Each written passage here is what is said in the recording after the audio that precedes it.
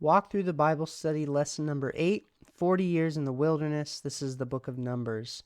So it begins with a first census, which is numbering the older Israelite generation, and organization for wilderness journeys. So God gives Moses instructions on how to organize the 2 million Israelites.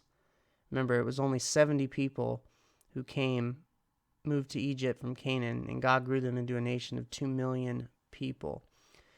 And he organizes them to form the sign of the cross, which is very interesting. And then after that, Moses confirms the duties of the priests in Yahweh's tent and reviews directions for holiness in the Israelite wilderness camp. So going over more things that weren't covered in Leviticus. And there's probably some overlap there too. The Israelites begin to travel in the wilderness following Yahweh's pillar of cloud and fire and using the signal of special silver trumpets for orders. So God tells Moses and the people to make these special silver trumpets and blow the trumpets when they see Yahweh's pillar of cloud and fire. Remember, Yahweh lived with them now in the tent, which was in the middle of their wilderness camp. And they had been in Mount Sinai for about a month, where God had come down onto the mountain and spoken to all of them, and then he came down to live in this tent with them. And then when his pillar of cloud and fire started moving from the tent, they're like, okay, well, now it's time for us to move. So they would blow these special silver trumpets, and they would move in that way. And they had a special marching order as well that they marched in. And so that's how they moved around in the wilderness, heading towards the promised land where God was taking them to give them that land that he promised to give to Abraham. And so then after this, the Israelites complained and angered Yahweh, a theme in the wilderness, and Moses got tired of this. And so to help Moses lead, Yahweh shares his spirit with 70 elders. And this is the origin of what's called the Sanhedrin. It's in Exodus chapter 18. I didn't mention that when we were in Exodus, but they're mentioned again here. So there's these 70 elders that help Moses lead the people as a government body. And God shares his spirit with them to help take the burden off of Moses. And then after this, Moses' siblings criticize him, but Yahweh declares Moses' humility and rebukes his siblings. And his siblings were Aaron, his older brother, and Miriam, his sister. Miriam herself was a prophetess. Moses was a prophet, and Aaron was the high priest, the first high priest. And all high priests in the future will come from the line of Aaron in Israel. And they are all Levites from the tribe of Levi. And so after this, they come to the entrance of the promised land. The Israelites come there, and they send 12 spies, one from each of the 12 tribes of Israel, to go into Canaan and see the giants. There's giants in the land. And I talked about why when we talked about Genesis. Now, most of these Israelite spies fear and doubt Yahweh, which leads to a rebellion. And because of this, Yahweh's judgment that the Israelites must wander for 40 years in the wilderness because they tested him 10 times in the wilderness. So there's that number 10 again.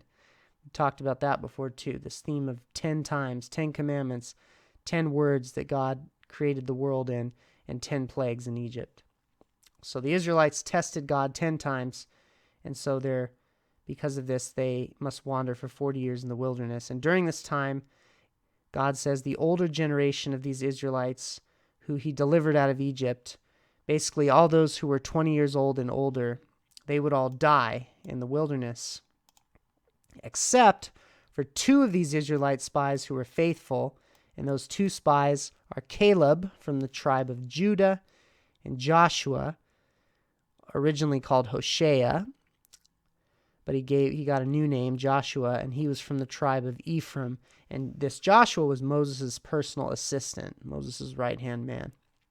And he's going to be the successor of Moses when Moses dies.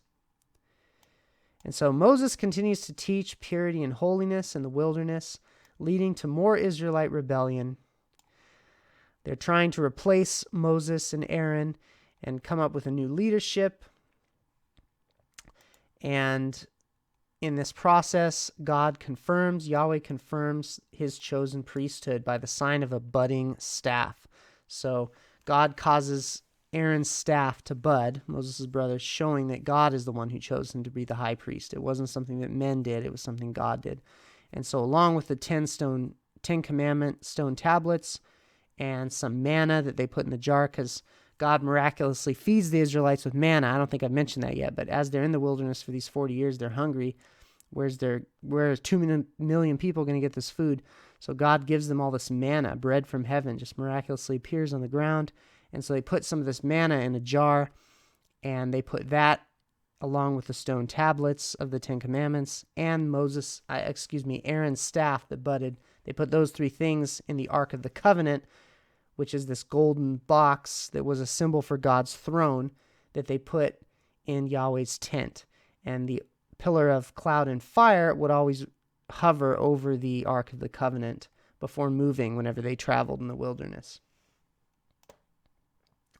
And so after this, Israel is thirsty, but Moses is told. So in the past, there's the story where Moses is told Israel's thirsty, there's no water, and God tells Moses to hit a rock and then water will come out. So Moses obeys, he hits a rock. But this time, Moses is told to speak to the rock. And instead, Moses hits the rock instead of speaking, which dishonors Yahweh in front of all the people. And so because of this, Moses is also sentenced to die in the wilderness with his siblings and with all the older generation, except for Caleb and Joshua. And so Moses leads Israel then after this as they face continued discipline for their complaining. They just can't stop complaining and grumbling against God in the wilderness. And their lack of faith is just astonishing. They see way greater things than Abraham ever saw, and yet Abraham was so full of faith, and they are so faithless and so afraid and ruled by fear. And so Yahweh gives the unusual sign of the bronze serpent in this process, where he tells Moses they're getting bit by these serpents who are sent by God's wrath.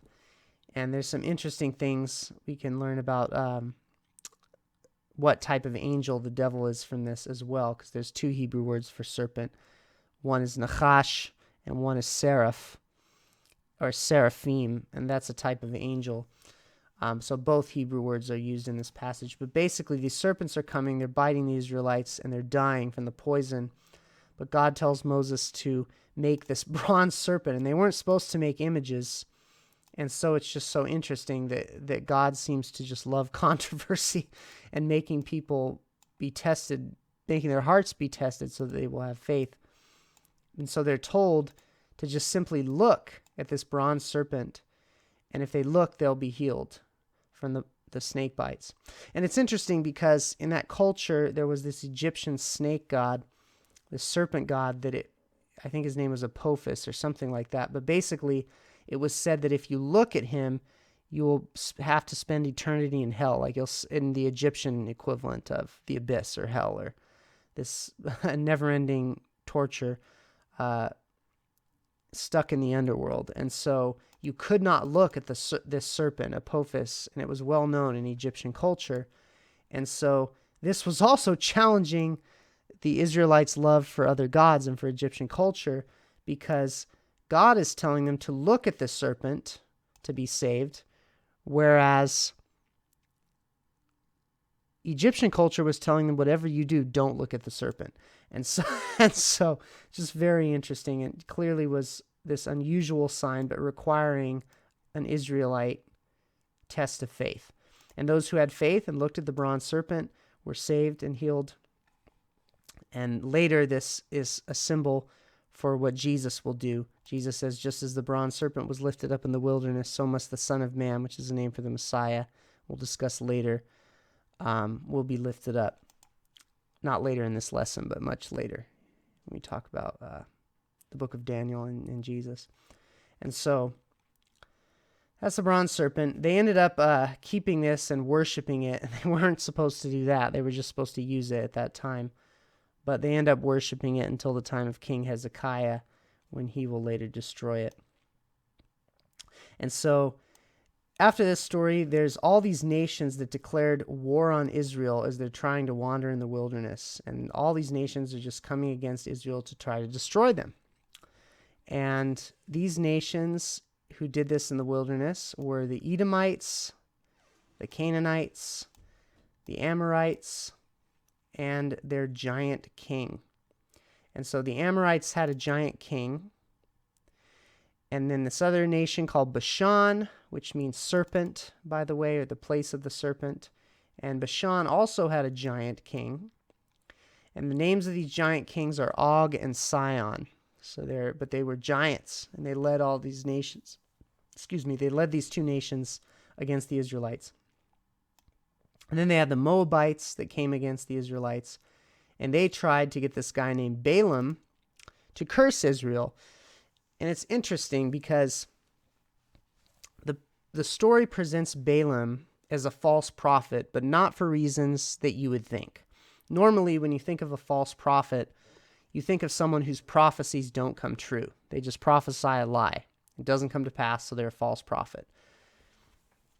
But in Balaam's case, he never says anything that's not true. All Balaam's prophecies are true, and he refuses to speak something that's not true. But if you read the story very carefully, even though Balaam is a true prophet of Yahweh, and his prophecies are true, and he speaks for Yahweh, he seeks his own gain. He's not in it really for God or for what God wants. He's in it for himself, and so that he can get rich and wealthy, using his true prophetic gift for his own gain, seeking his own gain instead of God's glory. And so Balaam's heart is revealed because after basically the king of Moab hires him to curse Israel, and Balaam, because he only speaks the truth, he can't curse Israel. So what he does is he gives wicked counsel. He basically says, but I know that if you get the Israelites to worship idols and worship other gods, if you get some beautiful women to go to them and seduce them to worship these other gods, then they will stumble and they will be under the curse of their covenant with God, the curse of the Torah, and so then they will be cursed that way. And so Balaam gives the king of Moab this wicked counsel to make Israel fall into sin. And so he is a false prophet because of his evil, wicked character and the fact that he served himself with his true prophetic gift and not God. And so the New Testament uses Balaam as a standard for the worst type of false prophets because they may have true miracles, they may have true wonders and prophecies, but they're in it for themselves. They're not in it for God. They don't really serve God. They serve themselves. And so the Moabites did this, and then after this, the Midianites also came against the Israelites in the wilderness. And so the Israelites fight all these wilderness wars. And in this process, they actually gain control of land east of the Jordan River. But this wasn't considered like premium promised land territory, but it was technically promised land territory east of the Jordan River. And so they gained control of that during this time through all these wars with these nations. And so then after Israel betrays Yahweh with Baal, so again, Balaam gave the king of Moab wicked counsel to seduce the Israelites by getting women from Moab to come and say, hey, worship Baal with us. Baal, there were actually many Baals, but they were Canaanite gods that were popular in the region. And so Israel was seduced, and they betrayed Yahweh and were worshiping Baal in the wilderness with the Moabites, with Moabite women.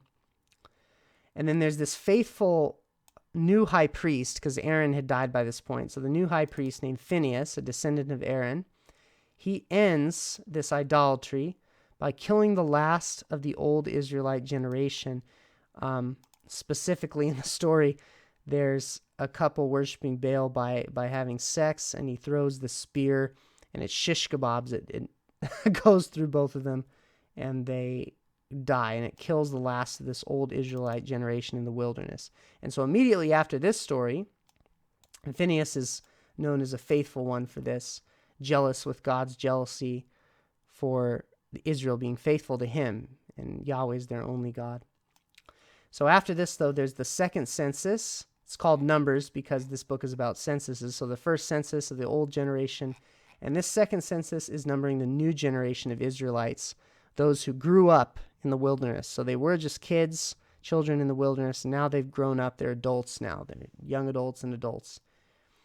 And Caleb and Joshua are the only remaining, and Moses is still alive too at this point, but he's not going to make it across the Jordan River. But Caleb, Joshua, and Moses are all that remains of the older generation. And then the book of Numbers ends. Moses prepares the new generation of Israelites to inherit the promised land by giving them wise counsel and describing acts of courage as well. There's a story about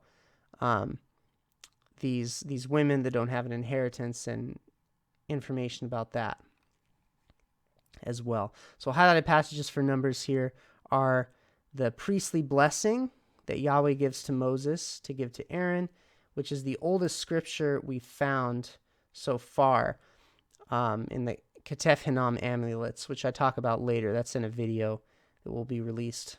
I show a picture of that. It dates to the time of King Josiah. But it says here, Yahweh bless you and protect you. Yahweh make his face shine on you and welcome you. Yahweh lift up his face to you and make you complete. And the Numbers 13:16 is pretty interesting because we meet Hoshea, who is this Joshua we've been talking about, Moses' assistant, and we learn that Moses called Hoshea the son of Nun Joshua. And it's strange because Joshua was not his birth name, so it's very interesting. Hoshea, which is the same as Hosea, like the prophet Hosea, that's his birth name. But Joshua was the name that God gave Moses to give him. And Joshua, the Hebrew word Joshua, when translated into Greek, is the same name as Jesus. In fact, in the New Testament, whenever it's referring to Joshua, the son of Nun, it's literally Jesus, the son of Nun, because it's the same name. And in the Greek Septuagint, it's not the book of Joshua, it's the book of Jesus, the 6th book of the Bible. And so this is the Messiah's name here. As Christians, we believe Jesus is the Messiah. His name is revealed in the new name of Hoshea, the son of Nun. And he's the prophet that will replace Moses. So I believe all this is a sign and a prophecy of who the Messiah will be in the new name of Hoshea, the son of Nun. And finally, here's the whiteboard information I had for that lesson we went over on the book of Numbers. This is what the wilderness camp would have looked like. Israelites here, there, and there, and then Yahweh's tent in the middle. It's in the shape of a cross, which is the Hebrew letter Tav.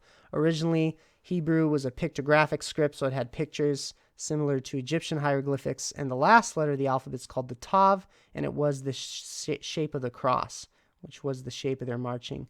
And in the Greek, that's the Omega, is the last letter of the alphabet. These are Omegas. And so Jesus says, I am the Alpha and the Omega. In Hebrew, that's I am the Aleph, which is the ox head, the symbol for God, and the Tav, which is the symbol of the cross. And then I talked about Israelite population then and now. So there's 2 million people who were Israelites back at that time when I believe it's the traditional dating, so around the 1400s BC. But it may have been the 1200s. I mean, I believe it's the traditional, but some people think it was the 1200s. But the point is, back then, the world population was around 37 million. In Israel, if Israel was 2 million, that's 5% of the entire world population were Israelites at that time, which is crazy to think about. Whereas today, the Jewish people are only 0.19% of the world. Much, much less. And why is that? Integration, basically, many of the Israelites were lost in history, mixed with other peoples, got rid of their heritage and their culture. The DNA mixed, and they just lost their ancient Israelite identity. And also death, of course. Many of them died through wars and various things that happened. I also commented that the Samaritans today, there's a religion today called the Samaritan religion, and people, there's only around 840 of them left. Think of that. That's like barely anybody, and they all live in Israel, basically. Well, most of them live in Israel. And they are 0.0000107% of the world, so small, barely any of them. But they've done DNA tests, and they have blood that's similar to the Jewish people, so meaning that even though the Samaritans are a mixed people, they had foreigners that come into the land. It talks about in 2 Kings chapter 17, but that's where the Samaritans came from. But they did have people among them whose roots went back to the ancient Israelites. It wasn't all just new people that became the Samaritans. So We talked about the Sanhedrin. There were 70 people, Exodus 18. This is where the Sanhedrin, the 70 elders, are established that will help Moses as like a Congress or Senate in Israel. And then I talked about Moses' stress and desire that night in Numbers 11, 10 through 29. I'm going to talk about that more when we go over the prophets. That's going to be a video that will be on YouTube because I haven't covered that one yet. But basically, Moses says that he wishes everyone could be a prophet, that God would pour out his spirit on everyone. And so Moses didn't want to just be the only prophet. He wanted all the people to be so close to God as he was. And then I went over the name of Jesus, one name in 4 different languages. Here it is in Hebrew, Yehoshua, or Yoshua. In Aramaic, it becomes Yeshua. In Greek, it becomes Jesus. And then in English, it becomes Jesus. But then you can also take the Hebrew name Yehoshua and Yoshua and translate it into English directly from Hebrew as Joshua. And that's why in English, Jesus and Joshua are 2 separate names. But in their origins, they're the same name. And the name means Yahweh, or Yah, is salvation or is liberation.